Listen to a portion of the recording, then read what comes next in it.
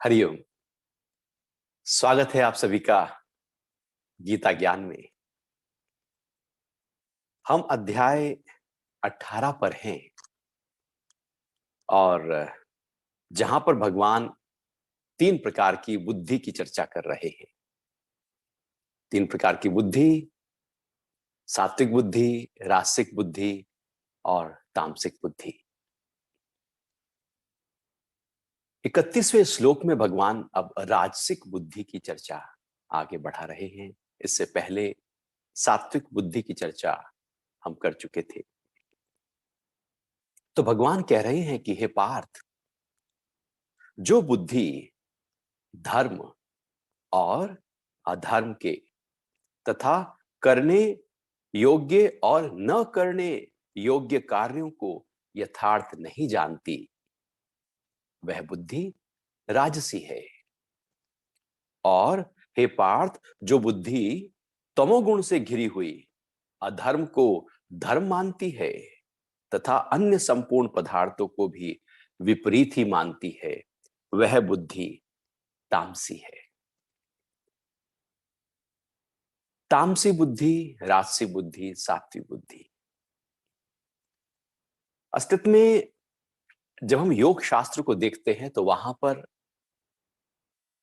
चित्त की भूमियों की बात आती है, चित्त की अवस्थाओं की बात आती है कि हमारा जो चित्त है वो किस तरह से कार्य करता है, कब कौन सा गुण चित्त में जब बढ़ता है तो अब वो जो चित्त है वो कैसे कार्य करना शुरू करता है। तो वहां पर 5 चित्त की भूमियों की चर्चा होती है, अवस्थाओं की चर्चा होती है और कहा है कि मूढ़, क्षिप्त, विक्षिप्त, एकाग्र और निरुद्ध, ये 5 स्थितियां होती हैं। सबसे पहली है मूढ़ावस्था। मूढ़ावस्था में जब व्यक्ति के अंदर तमगुण बढ़ जाता है और रज और सतगुण दबे हुए होते हैं, गौण मात्रा में होते हैं, नीचे होते हैं, सबसे ऊपर तम गुण हमारे अंदर यदि छाया हुआ हो सकता है व्यक्ति के अंदर कभी भी कोई सा भी गुण प्रकट हो सकता है। तो यदि तमगुण पूरी तरह से छाया हुआ है तो व्यक्ति की जो आदत है उसके अंदर आलस्य होगा, नींद आएगी, वो ऐसे गिरा गिरा से रहेगा, कोई कार्य करने की रुचि पैदा नहीं होगी, काम को कल पर टाल देगा, सोता रहेगा, उसकी बातचीत भी ऐसे ही है, बिल्कुल बिखरी हुई सी, कोई होश नहीं, कोई सजगता नहीं, कोई बुद्धि की प्रखरता नहीं, उसके सारे निर्णय उल्टे पुल्टे होने वाले हैं, वो सारे बेहोशी के काम करेगा, वो नशे की तरफ चला जाएगा, कोई ना कोई नशा पकड़ लेगा और नशा करके फिर वो बेहोशी में आ जाना चाहता है। क्योंकि नशा और कुछ भी नहीं, केवल हमें बेहोश करने की एक प्रक्रिया होती है, या यूं कहें कि तमगुण को और बढ़ा देने की क्रिया होती है। क्योंकि तमगुण में एक आलस्य पैदा होता है और वो आलस्य में व्यक्ति सोचता है कि बस मैं इसी में रहूं, मैं नशे में रहूं, चरस के, गांजे के, शराब के, सिगरेट के, मैं नशे में रहूं किसी ना किसी रूप के, और नहीं तो मैं सोता रहूं। व्यक्ति के अंदर आलस्य की भरमार होने लगती है और व्यक्ति सारे काम आलस्य के करने लगता है, पूरे बिखरे हुए करने लगता है। ये जो स्थिति है, ये स्थिति पैदा कैसे होती है? जब व्यक्ति बहुत काम वासना में रहेगा, बहुत क्रोध में रहेगा, बहुत लोभ में रहेगा और बहुत ही मोह में रहेगा, तो तमगुण बढ़ना शुरू हो जाएगा। जब व्यक्ति ज्यादा क्रोध करता है, गुस्सा करता है, तो आपने देखना, गुस्सा करने के बाद में व्यक्ति को थकान सी महसूस होती है और वो एकदम चुप हो जाना चाहता है। ऐसी काम वासना के बाद भी वो सो जाना चाहता है, लोभ के बाद भी उसको भोग के वो आराम कर लेना चाहता है। या यूं कहें कि जब वृत्तियां ये काम, क्रोध, लोभ, मोह की हमारे अंदर पैदा होती हैं, बढ़ती है, तो तमगुण और बढ़ने लगता है।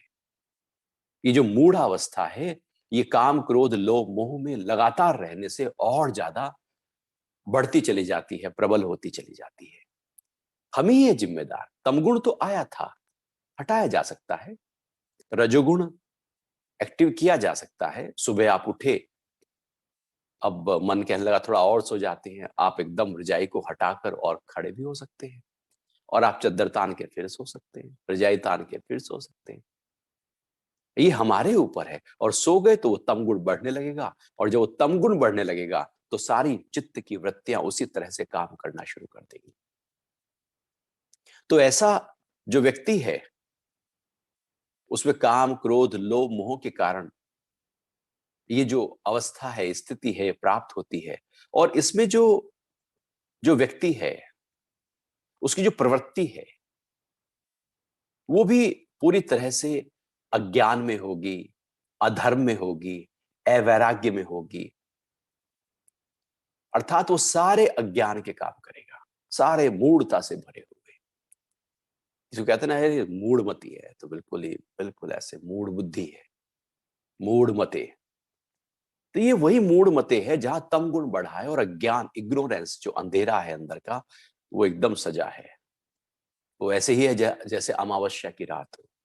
तो व्यक्ति अज्ञान में जीवन जीता है, अपने हिसाब से, अपनी मौज में, अपनी मस्ती में जीता है। वो मौज और मस्ती सतोगुण की नहीं होती, वो तमगुण और अज्ञान की होती है।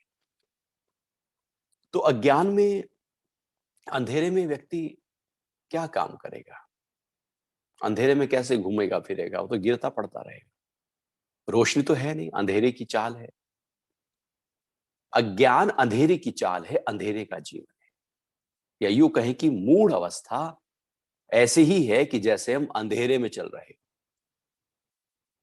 बस अज्ञान की तरफ व्यक्ति की प्रवृत्ति होती है। पांचों क्लेश पूरी तरह से, अविद्या खड़ी होती है। और ऐसा जो साधक व्यक्ति होता है, साधक तो कैसे कहेंगे उसको, ऐसा जो व्यक्ति होता है, चूंकि ये सबसे नीच मनुष्यों की स्थिति है, सबसे निम्न कैटेगरी के लोग जो होते हैं, इनकी प्रवृत्ति अधर्म में भी होने लगती है। वो कोई धार्मिक कार्य नहीं करते, वो कोई धर्म को अपने अंदर नहीं उतारते। धर्म का मतलब है धारण करना, वो धारण करना जो मुझे ऊंचाइयों पर ले जाए। धर्म का मतलब है सबकी भलाई का भाव, सबके लिए सोचना, मैं भी जीऊं, सब भी जिए, मेरा भी भला, सबका भला, मैं भी स्वस्थ रहूं, सब भी स्वस्थ रहें। धर्म का मतलब है पूरी तरह से एक भाव सबके प्रति, ऊंचा भाव सबके प्रति ले आना। लेकिन जो मूड वाला व्यक्ति है, उसके अंदर धर्म वरम कुछ नहीं होता, वो तो अधार्मिक होता है पूरी तरह से। वो केवल अपने ऊपर फोकस हो जाता है उसका, दूसरा दुनिया जाए बाढ़ में, लेकिन वो केवल अपने ऊपर ही नियंत्रित अपना करने लगता है।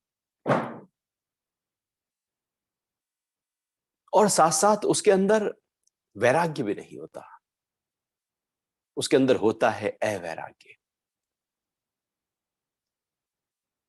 अनासक्ति नहीं होती, आसक्ति होती है, जबरदस्त आसक्ति होती है। वैराग्य की बात तो दूर दूर, जुड़ा रहता है चीजों से। क्रोध कर रहा है तो क्रोध ही कर रहा है, काम में है तो काम में ही है, लोभ में है तो लोभ में ही है।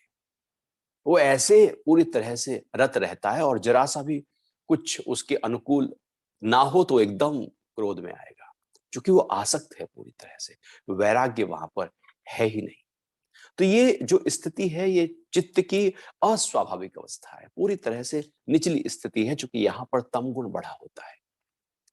ऐसी ही एक दूसरी अवस्था होती है, वो दूसरी अवस्था होती है क्षिप्त अवस्था। जैसे मूढ़ अवस्था में तमगुण प्रधान था, क्षिप्त अवस्था में रजोगुण प्रधान होता है, जिसकी चर्चा भगवान यहां पर कर रहे हैं। रज, जो राजसिक बुद्धि है, तो योग के शास्त्र कहते हैं ये क्षिप्त अवस्था है, जहां पर रजगुण हमारा बढ़ गया है। और जब हमारा रजगुण बढ़ गया है तो इसका कारण क्या है? राग और द्वेष। जो व्यक्ति राग और द्वेष में रहते हैं, वो क्षिप्त अवस्था में रहते हैं, उनकी बुद्धि राजसी होती है। उनके अंदर राग खड़ा होता है, या तो बहुत अटैच हो जाते हैं, या वो कभी एकदम नाराज हो जाते हैं, उनका पता ही नहीं लगता वो कब किससे खुश है और कब किससे नाराज है। उनकी नाराजगी और खुशी एकदम क्षणिक होती है, जिसको कहा है क्षणे रुष्टा क्षणे तुष्टा। क्षणे रुष्ट हो गए और क्षणे तुष्ट हो गए। एकदम हम रिलैक्स हैं किसी के प्रति, और एकदम हम ऐसे बिखरे हुए हैं। कभी तो ऐसे कि जैसे इससे बहुत प्यार है, और कभी ऐसे कि इससे ज्यादा बड़ा दुश्मन कोई नहीं है। कभी तो एकदम लड़ मरेंगे, और कभी कहेंगे कि अरे आप ही तो मेरे जीवन में सबसे बड़े हैं। तो राग और द्वेष के कारण से ये जो रजगुण है, ये बना रहता है, बढ़ा रहता है, ये क्षिप्त अवस्था बढ़ी रहती है। और ऐसे में जो व्यक्ति की प्रवृत्ति है वो कभी ज्ञान की तरफ होती है तो कभी अज्ञान की तरफ होती है, कभी धर्म की तरफ होती है तो कभी अधर्म की तरफ होती है, कभी वैराग्य की तरफ होती है तो कभी अवैराग्य की तरफ होती है। क्योंकि रजगुण तो बढ़ा हुआ है ही, उसके बाद नंबर 2 पर यदि सतगुण पैदा हो गया तो धर्म की तरफ प्रवृत्ति हो जाएगी, ज्ञान की तरफ हो जाएगी, वैराग्य की तरफ हो जाएगी, और यदि तमगुण हो गया तो अधर्म की तरफ हो जाएगी, अज्ञान की तरफ हो जाएगी, अवैराग्य की तरफ हो जाएगी। तो ऊपर तो रजोगुण है, लेकिन नंबर 2 और नंबर 3 पर कौन से गुण उत्पन्न हो रहे हैं उसके आधार पर वृत्ति एकदम प्रवृत्ति जो है वो बदलती रहेगी। व्यक्ति कभी बहुत धार्मिक कार्य करने लगेगा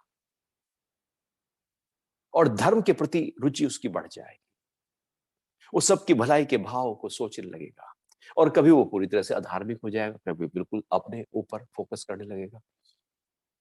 कभी कहेगा अरे यार सब दुनिया में कुछ ही रखा है, सब बेकार है, छोड़ो कहीं आश्रम चलते हैं, कहीं पर ऐसी जगह रहेंगे जहां आराम से साधना करेंगे। और अगले ही पल वो ऐसा काम में अपने आप को उलझाता है कि उसके पास टाइम नहीं है। अभी तो वो वैराग्य की तरफ जा रहा था और अभी वैराग्य दूर दूर नहीं है। शमशान घाट पे लोग जाते हैं, मौत को देखते हैं और कहते हैं अरे दुनिया में कुछ नहीं रखा है, सब बेकार है, काहे की मारामारी करनी।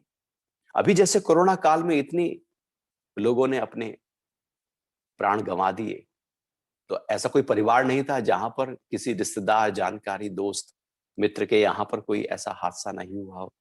तो जब बिल्कुल नजदीकी में ऐसा मौत अपना तांडव कर रही थी तो व्यक्ति के अंदर एक डर पैदा हो गया और कहने लगे अरे सब दुनिया में ऐसी है, अब हम अपने शरीर के स्वास्थ्य का ध्यान रखेंगे, मन के स्वास्थ्य का ध्यान रखेंगे, इम्यून सिस्टम बढ़ाएंगे, बहुत ज्यादा सावधानी रखेंगे। और जहां वो लहर गई, व्यक्ति का जो वैराग्य था वो फुर हो गया, वो फिर अवैराग्य में आ गया और फिर लापरवाहियां शुरू। तो ये व्यक्ति एक सामान्य व्यक्ति की अवस्था होती है, कभी इधर है कभी उधर है। जैसे बेपैंदी का लोटा होता है ना, कभी वो इधर लुढ़क जाएगा, कभी वो इधर लुढ़क जाएगा। तो इस तरह से एक सामान्य व्यक्ति इसी में ही रहता है, कभी धर्म कभी अधर्म, उसका कुछ नहीं पता लगता। जैसे जैसे गुण प्रकट होते हैं वैसे वैसे वो आगे बढ़ता चला जाता है। और जो तीसरी अवस्था होती है वो क्षिप्त अवस्था है, विक्षिप्त अवस्था। ये जो विक्षिप्त अवस्था है, ये असलियत में इसमें सतोगुण प्रधान होता है, रज और तम दबे होते हैं। और ऐसे में व्यक्ति के अंदर जो प्रवृत्ति होती है, क्योंकि ये जो अवस्था है ये अनासक्त कर्म करने से, निष्काम कर्म करने से पैदा होती है।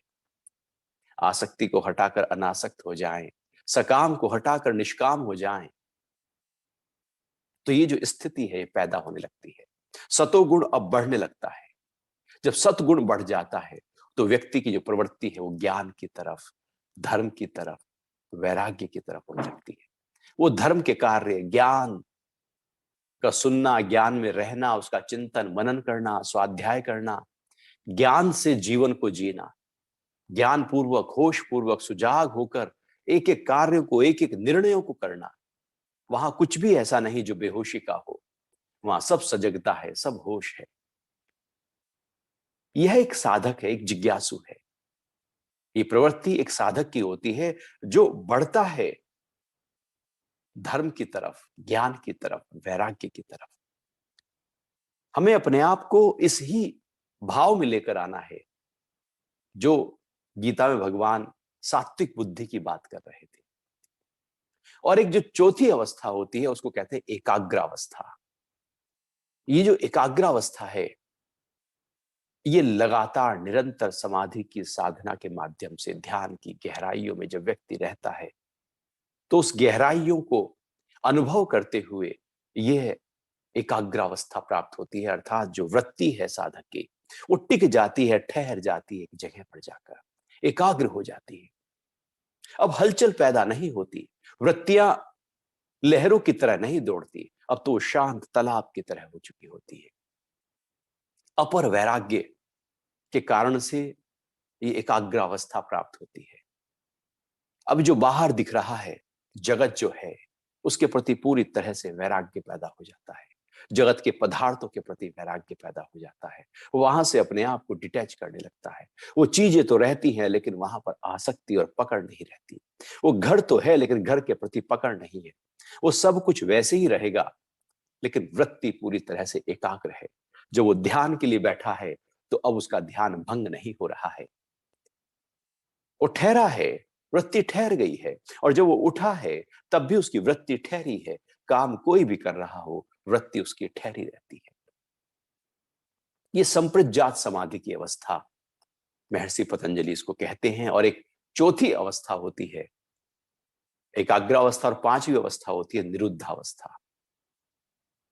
निरुद्धावस्था में ये जो एकाग्र वृत्ति है, जो सात्विक वृत्ति है, वो पूरी तरह से खत्म हो जाती है, निरुद्ध हो जाते हैं। सारे के सारे जितने भी वृत्तियां हैं सबका निरोध हो जाता है। अब तीनों गुण अपना प्रभाव नहीं दिखा पाते, न सतगुण, न रजगुण, न तमगुण। गुणों का प्रभाव अब खत्म है। अब ये अवस्था असंप्रज्ञात समाधि की है। इस अवस्था में साधक केवल अपने आत्म भाव में होता है। चित्त और वृत्तियां, संस्कार और वासना सब स्वाहा हो जाती है। ज्ञान अग्नि, योगाग्नि सबको भस्म कर देती है। अब वहां पर चित्त स्फटिक की तरह साफ हो जाता है। अब केवल आत्मा का प्रकाश पीछे से बह रहा होता है। केवल आत्म भाव, केवल आत्म साक्षात्कार का अनुभव हो रहा होता है। परम आनंद की अनुभूति हो रही होती है। इसी को कैवल्य अवस्था, मोक्ष अवस्था, मुक्त भाव, असंप्रज्ञात समाधि, शून्य, पूर्ण, कुछ भी, जो भी सबने अलग अलग नाम दिया, बस यही एक सबसे ऊंची अवस्था है जिसको योग शास्त्रों ने वर्णित किया।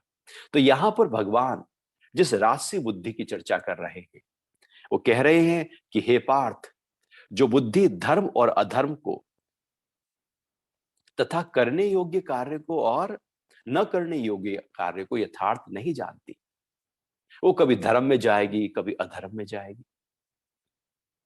अधिकतर तो लोग ऐसे ही होते हैं।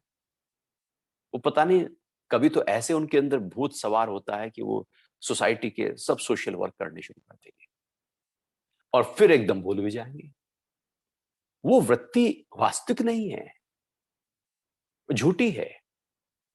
वो भी ठहरी नहीं है, रुकी नहीं है, स्थिर नहीं है, उसे पता भी नहीं है।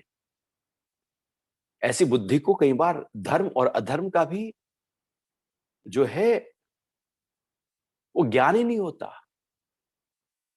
या वो धर्म के प्रति रुचि पैदा करते हैं तो फिर अधर्म के प्रति भी रुचि उतनी ही पैदा होती है जितनी धर्म के प्रति रुचि थी। जितना वो सबके लिए कार्य कर रहे थे उतना फिर वो अपने लिए कार्य करने लगता है। और करने योग्य कर्म क्या है और न करने योग्य कर्म क्या है, वो यथार्थ नहीं जान पाता, सही प्रकार से जान नहीं पाता। यही सारी उलझन है जीवन की। हम उलझे कहां हैं? यही उलझन है कि हमें पता ही नहीं है क्या करना है और क्या नहीं करना। हम सारे उल्टे पुल्टे काम जीवन में वो किए जाते हैं जो करने नहीं थे, और वो अटक जाते हैं, फंस जाते हैं। बीमार क्यों होते हैं? जो खाना नहीं था वो खाया। मन से बीमार क्यों होते हैं? जो सोचना नहीं था वो सोचा। तनाव करना नहीं था किया, डरना नहीं था डरे, दुख में नहीं जाना था गए। हम ही तो गए, पता नहीं था कि ये करने योग्य है भी या नहीं।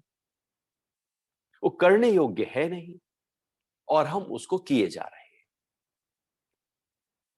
जो करने योग्य नहीं है, जब उसको करने लगेंगे तो उसका कॉन्सिक्वेंस पैदा होगा, उसके फल पैदा होंगे, और वो किसी ना किसी रूप में हमको बांधेगा, क्योंकि वो करने योग्य नहीं। तो करने योग्य जो कर्म है और न करने योग्य कर्म, ये मिक्स हो जाते हैं इस बुद्धि में। कहीं वो ये करने लगता है, कहीं वो ये करने लगता है, और वो यथार्थ नहीं जान पाता। अच्छी तरह से अंदर से वो टिक नहीं पाता कि नहीं, ये करने योग्य कर्म है, मुझे यही करने। रजोगुण है ना, चंचल है ना, और जैसी तमगुण आएगा, वो जो न करने योग्य कर्म है वो भी कर बैठेगा। इसलिए अच्छा आदमी कुछ गलत काम कर बैठता है, फिर कहता है यार मैंने सोचा भी नहीं था, पता नहीं कैसे हो गया है। तो मैंने सोचा भी नहीं था गाली दूं, गुस्सा करूं, मारूं, चोरी करूं, गलत काम करूं, सोचा भी नहीं था वासना में जाऊं, पता नहीं कैसे हो गया। वो जो तमगुण है जब वो बढ़ना शुरू होता है तो वो इस तरह से कार्य करा देगा, क्योंकि अभी वृत्ति हमारी सतोगुण में ठहरी नहीं, टिकी नहीं, पूरी तरह से सजग नहीं। और यदि पूरी तरह से सजग हो जाए तो बात कुछ और हो। तो करने योग्य कर्म और न करने योग्य कर्म को वो यथार्थ नहीं जानती, जानने की क्रिया वहां नहीं होती। जानना बड़ा महत्वपूर्ण है। ज्ञान से जानना पैदा होता है, और रजोगुण में ज्ञान नहीं होता, उसमें हलचल होती है, इसलिए वो जान नहीं पाती। वो केवल मान्यताओं में अपने आप को व्यक्ति ले जाएगा, और तम गुण में तो घोर मान्यताओं में ले जाएगा, जानने में नहीं मानने में आ जाएगा। तो अक्सर ऐसे ही होता है। एक सामान्य व्यक्ति, हम सब अपने को यदि हम देखें तो सतोगुण की बुद्धि, रासिक बुद्धि और तामसिक बुद्धि में हम रासिक बुद्धि में ज्यादा रहते हैं। कभी करने योग्य कर्म करेंगे, कभी जो नहीं करने थे वो कर बैठेंगे, उलझे रहेंगे, फिर पूछते रहेंगे किसी से। कई बार तो पूछते ही नहीं, अपनी मनमौजी करते हैं। लोग जगत में परेशान क्यों है? क्योंकि वो रासिक बुद्धि में रहकर जब तम गुण जोर मारता है तो गलत काम करने लगते हैं और वहीं अटक जाते हैं, वहीं फंस जाते हैं। तो अपने को फंसाना नहीं है, अपने को अटकाना नहीं है, अपने को निकालना है। जानकर निकल सकते हैं, होश के माध्यम से निकल सकते हैं। अपने होश को सजगता दो, बेहोशी में कर्म ना करो, मनमौजी कर्म ना करो, गुणों के आधार पर, तम और रज गुण के आधार पर कर्म ना करो। अज्ञानता में कर्म नहीं करने चाहिए। सुजाग हो जाओ, अवेयर हो जाओ, अलर्ट हो जाओ। देखो कौन से कर्म को कितना समय देना है, हमें पता ही नहीं है। हम तो कई बार वो ऑफिस व्यापार में इतना उलझ जाते हैं, इतना उलझ जाते हैं, इतना समय देते हैं, ना शरीर का ध्यान है, ना मन का ध्यान है, ना साधना का ध्यान है, ना धार्मिक गतिविधियों का ध्यान है, ना सामाजिक गतिविधियों का ध्यान है, ना पारिवारिक ध्यान है। कुछ ध्यान ही नहीं है। ना नैमित्तिक कर्म उतने बेहतर तरीके से हो सकते हैं, ना नित्य कर्म हो पाते हैं। बस जल्दबाजी में जीवन सोचते हैं, बस ये जो ऑफिस के काम है यही महत्वपूर्ण है। उनका एक परसेंटेज तो हो, 8 घंटे तो काम करना है, 33% ही तो देना है। हम उसको दिए जाते हैं, दिए जाते हैं, दिए जाते हैं, और पता ही नहीं है कि क्यों दिए जा रहे हैं। जो न करने योग्य था वो भी कर बैठते हैं, जितना समय देना था उससे ज्यादा दिए जाते हैं, और उलझ जाते हैं। और इसी तरह से जीवन धीरे धीरे धीरे धीरे कर्मों से भर जाता है, उलझन से भर जाता है, नेगेटिविटी से भर जाता है, बुद्धि में संशय से भर जाता है, बीमारियों से भर जाता है, द्वेष से भर जाता है, राग से भर जाता है, और जो बुद्धि के निर्णय हैं, उनकी जो सूक्ष्मताएं हैं, वो कहीं खो जाती है। फिर आगे भगवान 33 श्लोक में कह रहे हैं कि हे पार्थ, जो बुद्धि तमोगुण से घिरी हुई है, अधर्म को धर्म मानती है और अन्य संपूर्ण पदार्थों को भी विपरीत ही मानती है, वह बुद्धि तामसी है।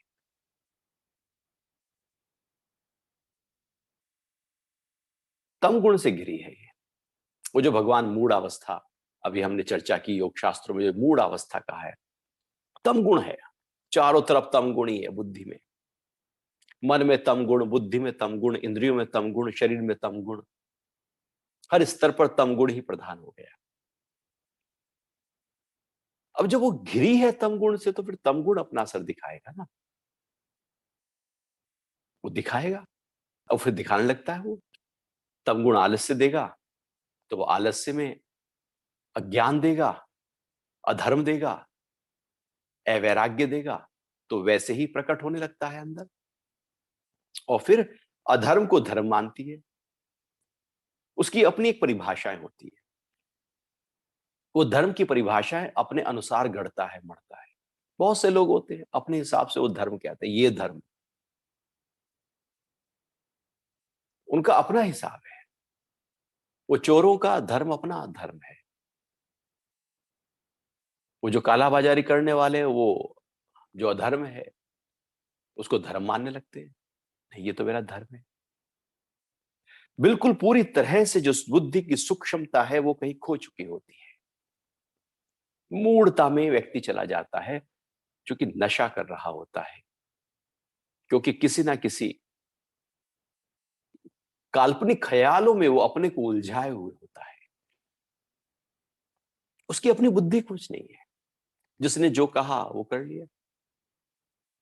अपनी बुद्धि तो तब स्थिर हो, निर्णय तो तब ले पाए। वो सबसे पूछता रहता है, क्या करूं, क्या करूं, क्या करूं। अज्ञान है ना, अंधेरा है ना। जैसे हम रात को बिल्कुल अंधेरा था, लाइट चली गई थी और आप बाथरूम जा रहे थे, तो टोते हुए जाते हैं धीरे धीरे पकड़ते हुए दीवार को भैया। और ऐसे में यदि बेड के दूसरी तरफ आप सो गए हो तो और उलझ जाओगे। आप समझ नहीं पाओगे कहाँ से रास्ता है, चूंकि रोज तो एक आदत के फिर वो आप दीवार को, मेज को, कुर्सी को पकड़ते पकड़ते। ऐसे ही तमगुण वाला व्यक्ति वो पकड़ते पकड़ते रहता है, वो पूछते रहता है, छोटी छोटी चीजों को पूछता रहता है। स्थिरता ही नहीं है, एकाग्रता ही नहीं है। वो जो लोग कहते हैं वो करने लगता है। अपना कुछ नहीं है उसका। अपना तो तब हो जब बुद्धि में सत्वगुण पैदा हो। तो वो एक बाप था, एक बेटा था, वो जा रहे थे प्रदेश। एक खच्चर उनके पास था। वो खच्चर को खरीद के लाए थे। और चूंकि कुम्हार थे, धोबी का काम, खच्चरों पर धोबी का काम बहुत अच्छा होता है। धोबी थे, बाप बेटा, बेटे को भी ले गया था।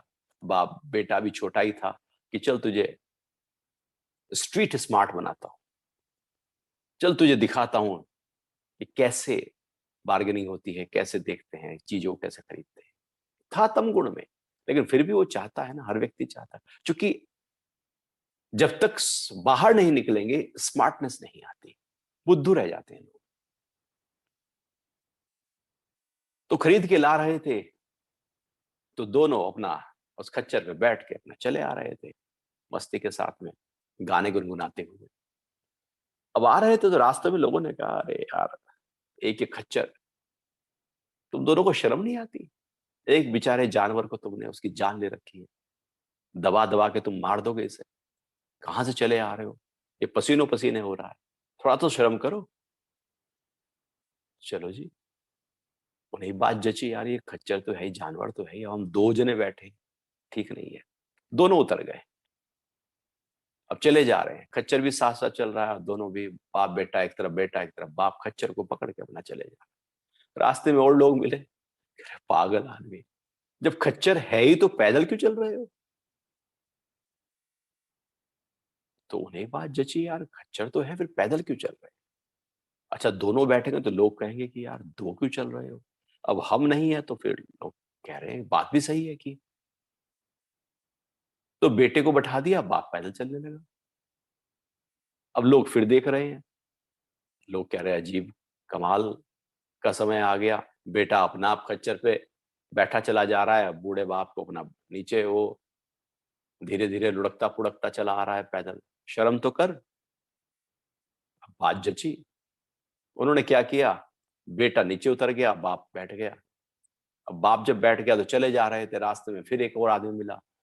कमाल का आदमी है यार, तू तो बेटे का ध्यान नहीं रखता, उसे नीचे तुमने पैदल कर रखा है और तू अपना आप मौज की सवारी करता हुआ जा रहा है, कुछ तो शर्म कर।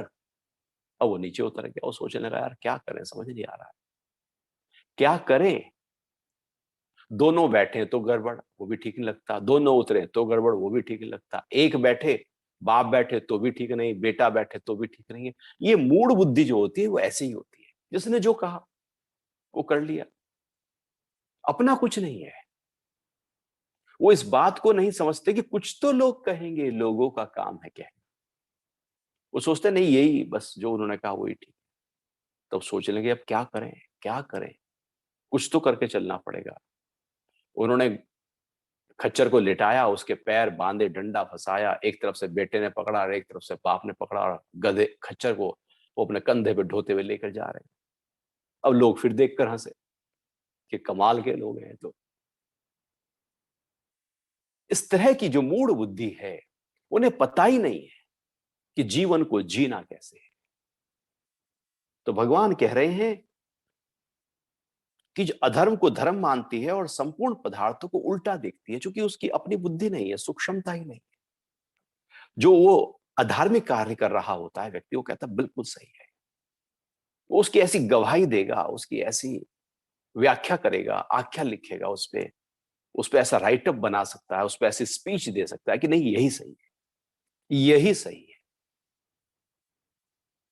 वो पता ही नहीं लगता कि कब क्या सही है। वो बीजेपी के लोग जब बीजेपी में होते हैं तो कहते हैं वो अच्छी है, फिर वो कांग्रेस में चले जाते हैं तो कहते हैं कांग्रेस अच्छी है। कांग्रेस वाले बीजेपी में आ गए, एक पार्टी को छोड़कर दूसरे में आ गए, तो वो अभी तो उस पार्टी का बखान कर रहे थे, अब इसका करने लगते हैं, फिर इसका कर लेते हैं तो फिर इसका कर लेते हैं। तो ऐसा क्यों? अंदर से आपका कुछ नहीं है क्या? सब बाहर ही बाहर बिखरा हुआ है क्या? अब कहीं तो ठहर जाओ ना, टिक जाओ ना, स्थिति तो दृढ़ करो ना, एकाग्रता अवस्था तो पैदा करो ना। वो क्यों झूला झूल रहे हो? क्योंकि वृत्ति जो है वो भी सधी नहीं है, तम गुण वहां पर प्रधान हो गया है।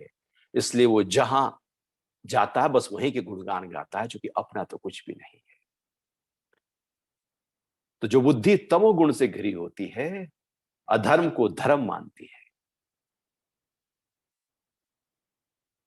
उसके धर्म की परिभाषा अधर्म से होकर जाती है। वो कहता है कि जब तक लोगों को मैं नुकसान ना पहुंचाऊं तो मेरा धर्म सिद्ध कैसे हो। मैं एक गलत काम करके पैसा ना कमाऊं तो मेरा धर्म सिद्ध कैसे हो। वो उसी गलत काम को धर्म बताने लगता है। जैसे जिहादी उन लोगों को मारना ही धर्म मानने लगते हैं, है अधर्म के काम, लेकिन उसको धर्म मान बैठे। तम गुण की पराकाष्ठा, धर्म की अपनी परिभाषा गढ़ दी है। अपनी परिभाषाएं जो थे अधार्मिक कार्य, उनको धर्म का नाम देकर बहुत कुछ करवा लिया जाता है।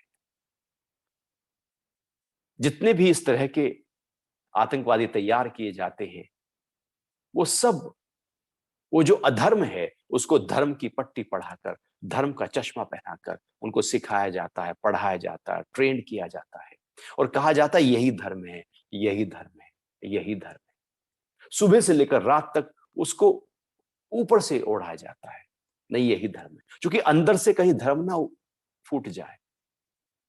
अंदर से धर्म तब फूटेगा जब कोई एकांत स्थान दिया जाएगा, आराम दिया जाएगा, जब ट्रेनिंग ऊपर से होगी, लगातार होगी, बार बार होगी, वीडियो से होगी, लेक्चर से होगी, पढ़ाकर होगी, मिलाकर इस तरह से लोगों की होगी, तो फिर वो जो अधार्मिक कार्य है उसको धर्म मानने लगता है, कहता नहीं यही धर्म है।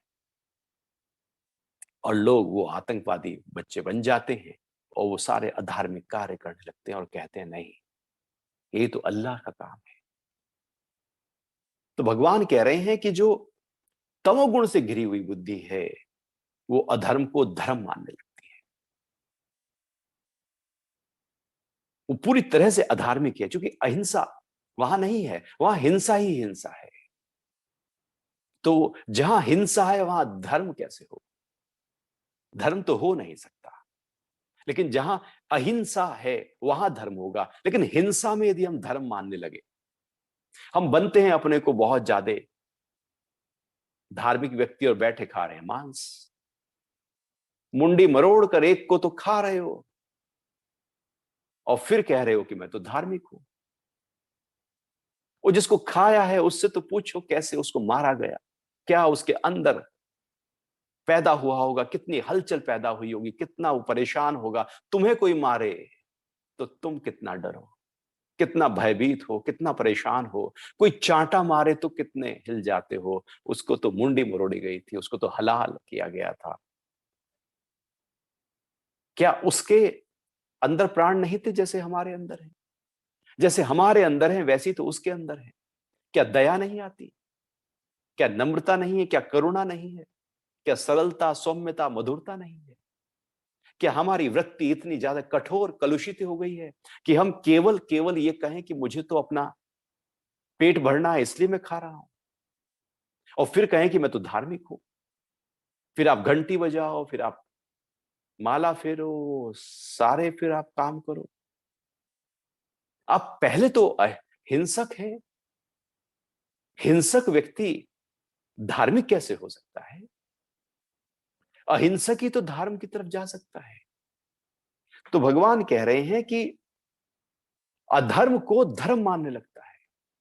वो वैसे तो मंदिर जा रहा है, वो कहेगा वो मैं बहुत लंबी यात्रा करते हुए पहाड़ों पर माता के दर्शन करके आया, और खाने में वो पूरा नॉन वेज खा रहा है, मांसाहार कर रहा है। तो वो धर्म है या वो धर्म है? एक ही तरफ तो पकड़ लो ना। यदि किसी को मारना धर्म है, तो तुम्हारी परिभाषाएं धर्म की कुछ अलग है। वो जो व्यक्ति मर रहा है, वो मुर्गा मर रहा है, वो जीव मर रहा है, उसके अंदर कितनी तड़फन है, कितने प्राणों में एक नेगेटिविटी उसके अंदर छा गई, डर छा गया। वो जो तड़फन है, वो जो नेगेटिविटी है, वो उसके खून में, वो उसके मांस में, उसके कतरे कतरे में बही है। जैसे कभी देखा होगा कोई हादसे से व्यक्ति कट जाए, ट्रेन में कोई कट जाए तो उसकी बॉडी बार बार छटकती रहती है, वो प्राण छटकते रहते हैं एकदम, क्योंकि प्राणों में वो डर, हर पूरे शरीर के हिस्से में वो डर पैदा हो गया था। आप खा रहे हो मांस, फिर कहते हो मैं धार्मिक। काहे के धार्मिक? हमने अपनी धर्म की परिभाषाएं अपने स्वाद के हिसाब से दे दी, अपनी इच्छाओं के हिसाब से, अपने भोग के हिसाब से दे दी, अपने नजरिए से हम धार्मिक बन जाते हैं। मांस खाकर धार्मिक कैसे हुए? अनजाने में कोई खा गया। वो बुद्ध के पास आया था ना, कि अनजाने में किसी ने कटोरा में मांस डाल दिया तो मैं क्या करूं? कि तुझे नहीं पता था ना, तो बस ठीक है। लोगों ने उसी को पकड़ लिया कि बुद्ध ने कहा था मांस खाओ। भला महावीर जी मांस की बात करेंगे? वो तो अहिंसा की बात कर रहे हैं, पतंजलि अहिंसा की बात कर रहे हैं, वेद अहिंसा की बात कर रहे हैं, उपनिषद अहिंसा की बात कर रहे हैं, गीता में भगवान श्री कृष्ण अहिंसा की बात कर रहे हैं। वो तो अहिंसा की ऊंची स्थिति में व्यक्ति को टिका रहे हैं। वो धर्म है जहां सबके प्रति हमारे अंदर प्रेम का भाव पैदा हो। यदि मार के खा रहे हो तो फिर हिंसक हैं हम, अधार्मिक है हम, अज्ञानी हैं हम, तमोगुण से घिरे हुए हैं हम। इसलिए तो अंदर सुकून नहीं, आराम नहीं, प्रेम नहीं। इसलिए तो ज्ञान नहीं, इसलिए ध्यान नहीं, इसलिए सौम्यता नहीं। क्यों लड़ते हैं घरों में हम? खाना ही वैसा है तो वृत्ति तो दूषित होगी ना। हिंसक वृत्ति तो तभी पैदा होती है जब खाया वैसा था। नॉनवेज खाने वाले की वृत्ति हमेशा हिंसक ही होने वाली है। वो मरने मारने पर उतारू हो जाएगा। और कोई किसी को यदि काम दिया जाए मरने मारने का, तो उसे फिर वही नॉनवेज खिलाया जाएगा, क्योंकि वही लोग मरने मारने को उतारू हो सकते हैं जो मरने मारने का खाया हुआ हो। क्योंकि जैसा खाए अन्न वैसा हो जाए मन। तो अपने अपने अपने हिसाब से जो हम धर्म की परिभाषा देते हैं, उसको थोड़ा सा ध्यान देना होगा, उसको एक एक व्यवस्था देनी होगी। वो तम गुण है। तो भगवान कह रहे हैं, हे पार्थ, जो बुद्धि तमोगुण से घिरी हुई अधर्म को धर्म मानती है तथा अन्य संपूर्ण पदार्थों को भी विपरीत ही मानती है, क्या त्यागने योग्य है पता ही नहीं, क्या छोड़ने योग्य है, क्या नहीं करने योग्य है, क्या नहीं खाने योग्य है, नहीं देखने योग्य है, नहीं सुनने योग्य है, नहीं बोलने योग्य है। हम वो ही बोलेंगे। तमगुण वाला फिर वो गाली निकालेगा, वो निंदा ही निकालेगा, वो नीचा ही दिखाएगा, वो उल्टा सीधा बोलेगा, वो टोंट कसेगा, उसके शब्द ही बिखरे हुए होंगे। वो क्रोध में न जाने क्या अनाप शनाप बोलेगा। वो सब जो देखेगा, यदि वो यूट्यूब पर भी देख रहा है, तो सब उल जुलूल वासनाओं से भरा हुआ, हिंसक से भरा हुआ दृश्य ही देखेगा। वो सेक्स और वायलेंस में ही जाएगा, वो कहीं और नहीं जाने वाला। उसकी वृत्ति, उसकी रुचि केवल दो ही जगह होगी, और इसलिए वही पिक्चर्स बहुत ज्यादा पॉपुलर हो जाती हैं जो सेक्स और वायलेंस से भरी होती है। क्योंकि वो एक सामान्य व्यक्ति कि मन को पढ़कर उसको बनाया जाता है, कैसे अट्रैक्शन पैदा हो। तो जो करने योग्य था वो तो नहीं किया, जो करने योग्य नहीं है वृत्ति वही चली जाती है और वहां पर जाकर ठहर जाती है, टिक जाती है।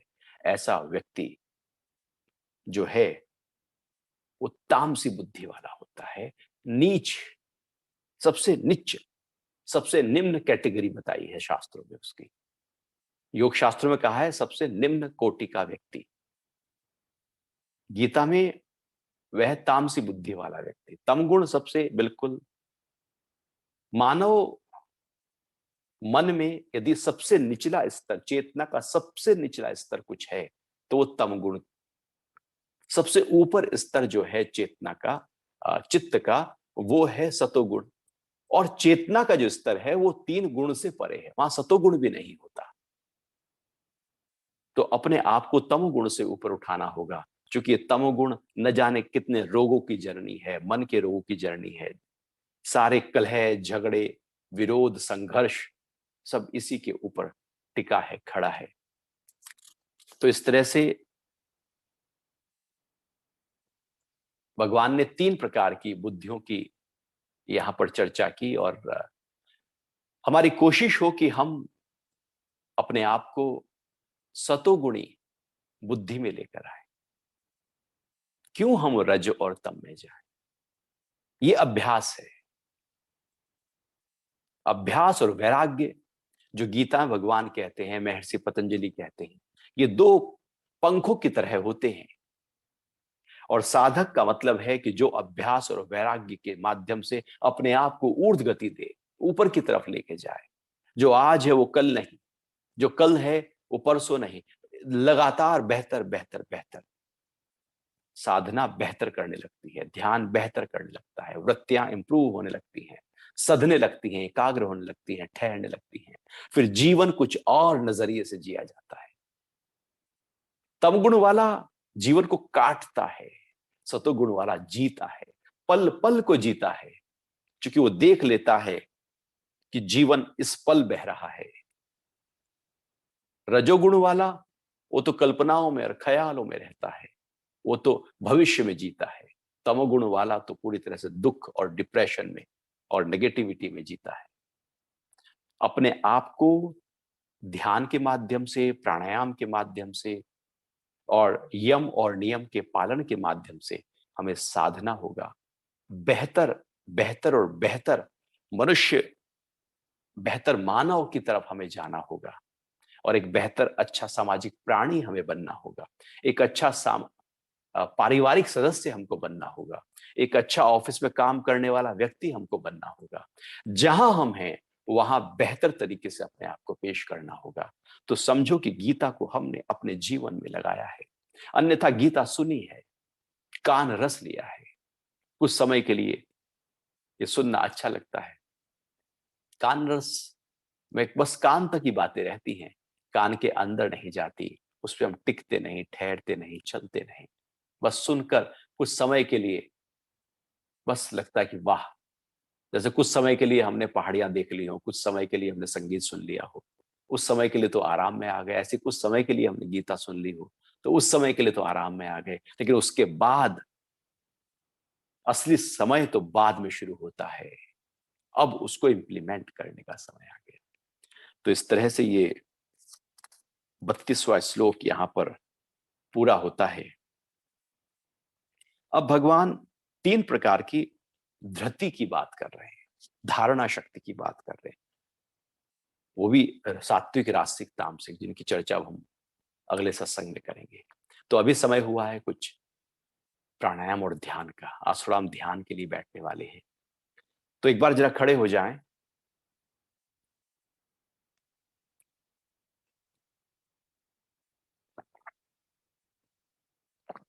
और ताड़ासन करते हैं। अंगुलियां फंसाइए, हथेलियां पलटिए, हाथों को उठाइए ऊपर की तरफ और खींचिए, हाथों को पीछे ले जाओ, एड़ियां भी उठा दो जी, पूरा शरीर लगातार ऊपर की तरफ खींच रहा है और खींचे। सांस भरते रहो, सांस निकालते रहो, हाथ को थोड़ा पीछे रखना, खींच के रखना। कंधे भी खिंच गए, कमर पर भी खिंचाव आ गया, पूरा शरीर ताड़ासन हो रहा है, हर जोड़ पर, हर मांसपेशी पर प्रभाव है, छाती भी फैल गई, कंधे भी बलिष्ठ पुष्ट होते हुए, खींचो खींचो और खींचो, और फिर धीरे से वापस हाथों को नीचे ले आए, पैरों को थोड़ा खोलें, हाथों को पीछे पकड़ लें, अंगुलियां फंसाकर, और कमर को मोड़ दो पीछे की तरफ। धीरे से अपनी कमर को, गर्दन को पीछे की तरफ मोड़ दीजिए और वहां पर रोक लीजिए। छोड़ते हैं और फिर आगे की ओर झुक जाएं। कमर और गर्दन को आगे की ओर मोड़ दीजिए और यहां रुक जाए। हाथों को उठा लें ऊपर, पूरा आगे झुके, हाथ ऊपर की ओर खिंचे हुए, कंधे फैल गए, सीना फैल गया। वापस आए, रोकें, पैर खुले हुए, अंगुलियां खोल लें, हाथों को फंसाएं सामने, हाथों को पलटें, हाथों को उठाएं और श्वास निकालते हुए लेफ्ट साइड में धीरे से बाईं तरफ झुक जाएं।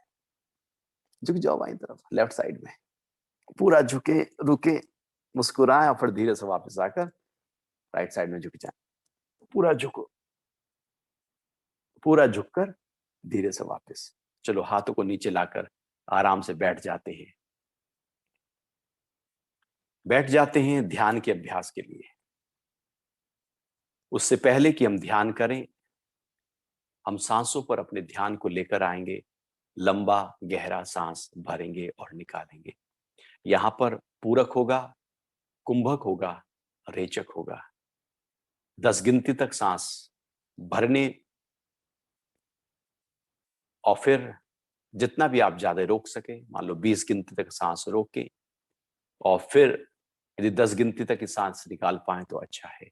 रोकने की क्रिया थोड़ी ज्यादा हो, भरना और निकालना यदि सेम बीच हो तो ठीक है, शुरू में चल जाएगा। नहीं तो निकालना दुगना होता है, 1:4:2 का अनुपात होता है। अभी हम 1:2 और 1 का ही अनुपात रख रहे हैं। सीधे बैठे हैं हम, आंखें बंद कर लें, कमर सीधी, गर्दन सीधी, आंखें बंद हैं और धीरे से सांस को भरना शुरू करें 10 गिनती तक।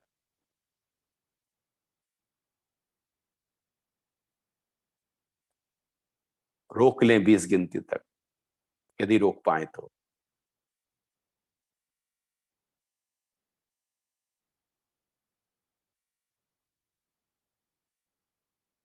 निकाल दें 10 गिनती तक।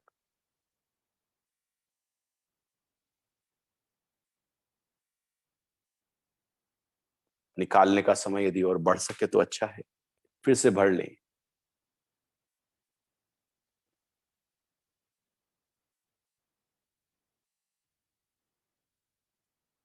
रोक कर बैठ जाएं।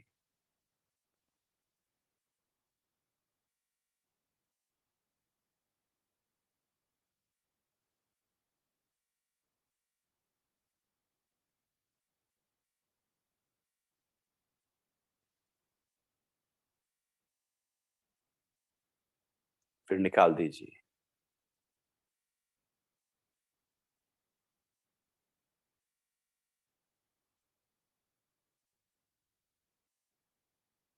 बार बार सांसों को ठहराव दिया जा रहा है।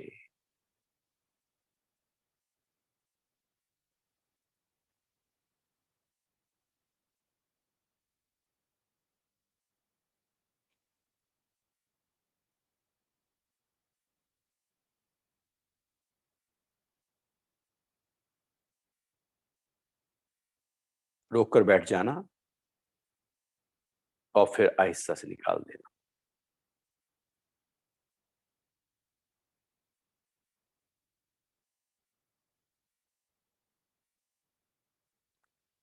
सांसों को नॉर्मल कर दें।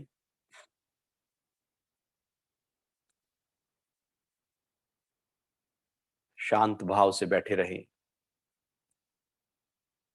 ध्यान को सांसों पर ले आइए और सांसों को अनुभव करते रहें।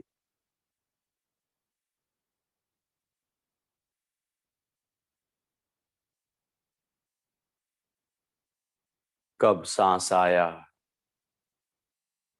कब सांस गया।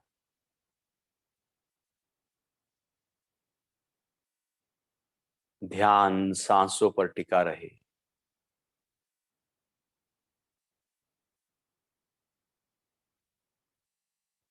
सांस नाक से धीरे धीरे अंदर जा रहा है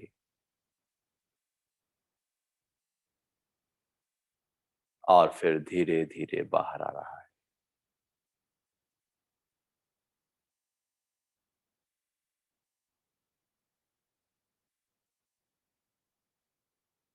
ध्यान की अवस्था में बैठकर सांसों के आने और जाने को साक्षी भाव से लगातार देखते रहें।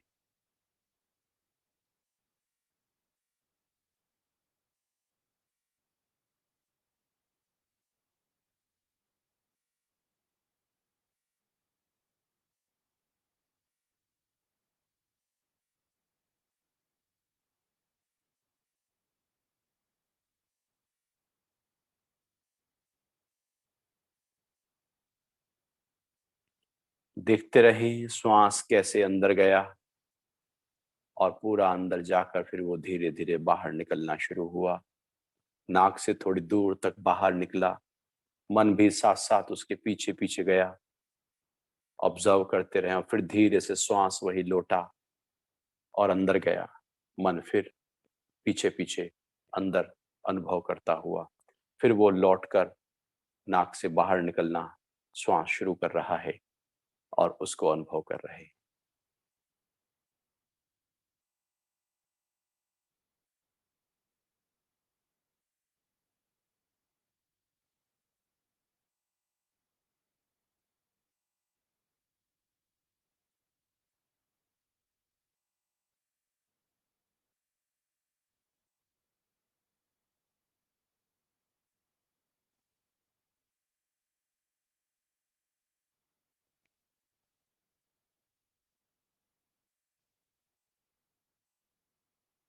मन को टिकाए रखें सांसों पर, मन तो भाग जाएगा ख्यालों में।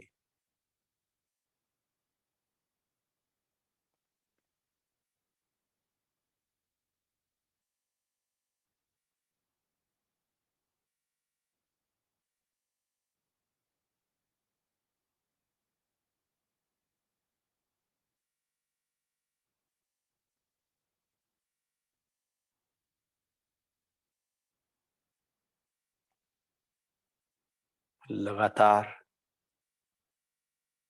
मन ठहरा है,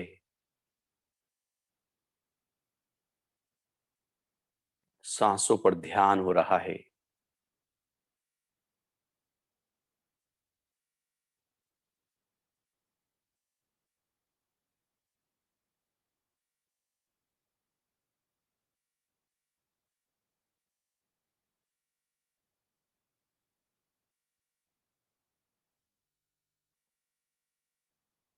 मन को जितना एकाग्र कर सकें, सांसों के साक्षी हो सके, बेहतर है। अब हम धीरे धीरे ओम का उच्चारण करते रहेंगे। आंखें बंद होंगी और ध्यान को ओम पर टिकाए रखिएगा। सांस पूरा भर ले, ओम का मंत्र जाप करते हैं। ओम।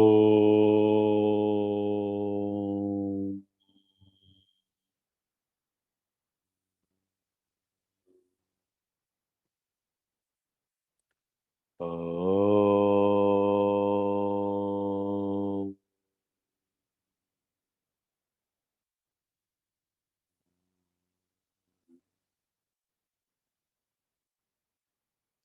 ओम।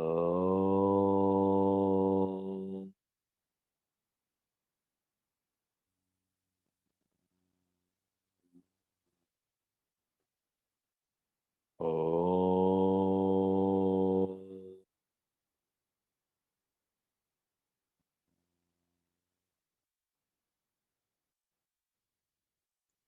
ओम।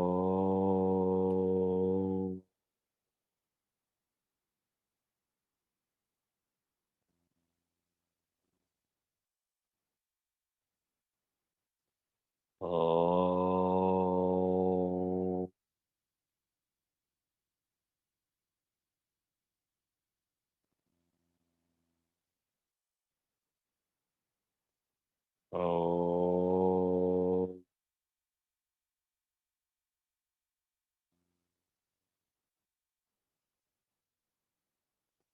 ओम।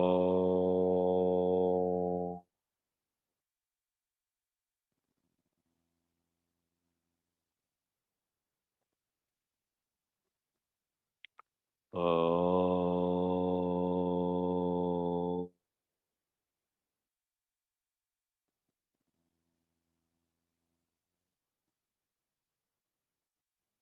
ओम।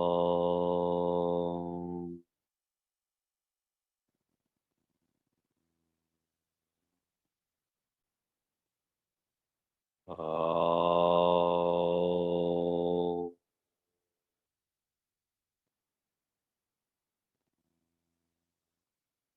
मन को इस धुन पर लगाए रखना। ओम।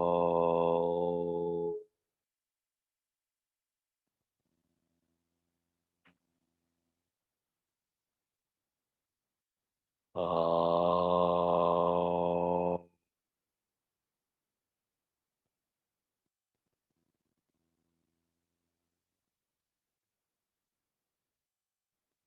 ओम।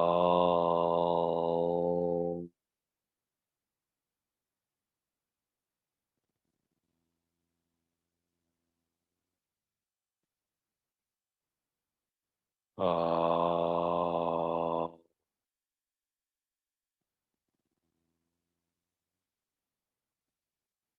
और धीरे। ओम। ओम। ओम।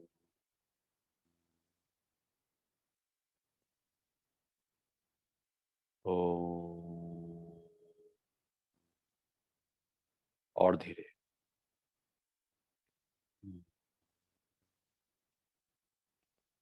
ओम। ओम। मन ही मन।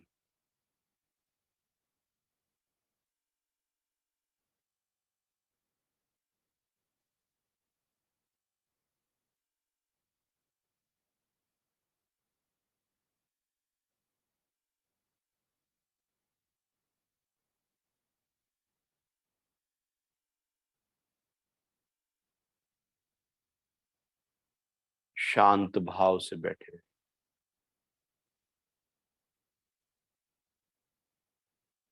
मानो सब शून्य हो गया।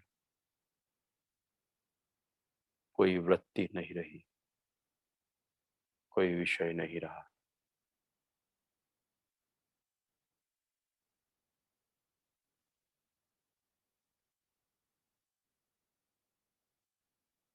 तुम शांत करो, कोई शोर नहीं।